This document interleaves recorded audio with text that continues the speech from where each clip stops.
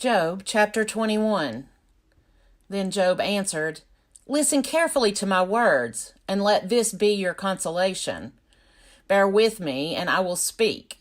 Then after I have spoken, mock on. As for me, is my complaint addressed to mortals? Why should I not be impatient? Look at me, and be appalled, and lay your hand upon your mouth. When I think of it, I am dismayed, and shuddering seizes my flesh. Why do the wicked live on, reach old age, and grow mighty in power? Their children are established in their presence, and their offspring before their eyes. Their houses are safe from fear, and no rod of God is upon them. Their bull breeds without fail, their cow calves and never miscarries. They send out their little ones like a flock, and their children dance around. They sing to the tambourine and the lyre, and rejoice to the sound of the pipe. They spend their days in prosperity, and in peace they go down to Sheol. They say to God, Leave us alone. We do not desire to know your ways. What is the Almighty that we should serve him? And what profit do we get if we pray to him? Is there not their prosperity indeed their own achievement? The plans of the wicked are repugnant to me. How often is the lamp of the wicked put out? How often does calamity come upon them? How often does God distribute pains in his anger? How often are they like straw before the wind, and like chaff that the storm carries away? You say, God stores up their iniquity for their children. Let it be paid back to them, so that they may know it. Let their own eyes see their destruction, and let them drink of the wrath of the Almighty. For what do they care for their household after them, when the number of their months is cut off? Will any teach God knowledge, seeing that he judges those that are on high? One dies in full prosperity, being wholly at ease and secure, his loins full of milk, and the marrow of his loins moist. Another dies in bitterness of soul, never having tasted of good. They lie down alike in the dust, and the worms cover them. Oh, I know your thoughts and your schemes to wrong me. For you say, Where is the house of the prince? Where is the tent in which the wicked lived? Have you not asked those who travel the roads?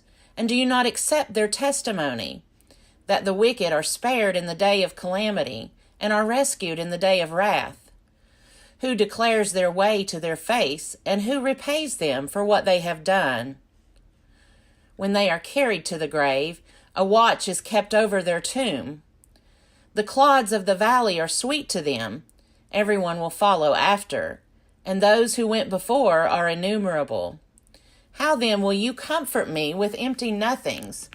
There is nothing left of your answers but falsehood. Job chapter 22. Then Eliphaz the Temanite answered, Can a mortal be of use to God? Can even the wisest be of service to him? Is it any pleasure to the Almighty if you are righteous, or is it gain to him if you make your ways blameless? Is it for your piety that he reproves you, and enters into judgment with you? Is not your wickedness great? There is no end to your iniquities. For you have exacted pledges from your family for no reason, and stripped the naked of their clothing. You have given no water to the weary to drink, and you have withheld bread from the hungry. The powerful possess the land, and the favored live in it. You have sent widows away empty-handed, and the arms of the orphans you have crushed. Therefore snares are around you, and sudden terror overwhelms you, or darkness so that you cannot see. A flood of water covers you. Is not God high in the heavens? See the highest stars, how lofty they are. Therefore you say, What does God know? Can he judge through the deep darkness? Thick clouds enwrap him, so that he does not see, and he walks on the dome of heaven. Will you keep to the old way that the wicked have trod? They were snatched away before their time. Their foundation was washed away by a flood. They said to God, Leave us alone. And what can the Almighty do to us? yet he filled their houses with good things. But the plans of the wicked are repugnant to me. The righteous see it and are glad. The innocent laugh them to scorn, saying, Surely our adversaries are cut off, and what they left the fire has consumed. Agree with God and be at peace. In this way good will come to you. Receive instruction from his mouth, and lay up his words in your heart. If you return to the Almighty, you will be restored. If you remove unrighteousness from your tents, if you treat gold like dust, and gold of Ophir like the stones of the torrent bed, and if the Almighty is your gold and your precious silver, then you will delight yourself in the Almighty, and lift up your face to God. You will pray to him, and he will hear you, and you will pay your vows.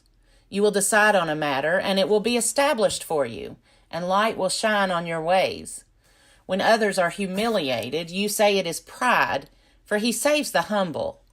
He will deliver even those who are guilty. They will escape because of the cleanness of your hands. Job chapter 23. Then Job answered, Today also my complaint is bitter. His hand is heavy despite my groaning.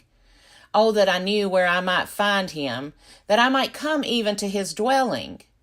I would lay my case before him and fill my mouth with arguments. I would learn what he would answer me and understand what he would say to me. Would he contend with me in the greatest of his power? No, but he would give heed to me. There an upright person could reason with him, and I should be acquitted forever by my judge. If I go forward, he is not there, or backward, I cannot perceive him. On the left he hides, and I cannot behold him. I turn to the right, but I cannot see him. But he knows the way that I take. When he has tested me, I shall come out like gold. My foot has held fast to his steps. I have kept his way and have not turned aside. I have not departed from the commandment of his lips. I have treasured in my bosom the words of his mouth. But he stands alone, and who can dissuade him? What he desires, that he does. For he will complete what he appoints for me, and many such things are in his mind. Therefore I am terrified at his presence. When I consider, I am in dread of him. God has made my heart faint. The Almighty has terrified me. If only I could vanish in darkness, and thick darkness would cover my face.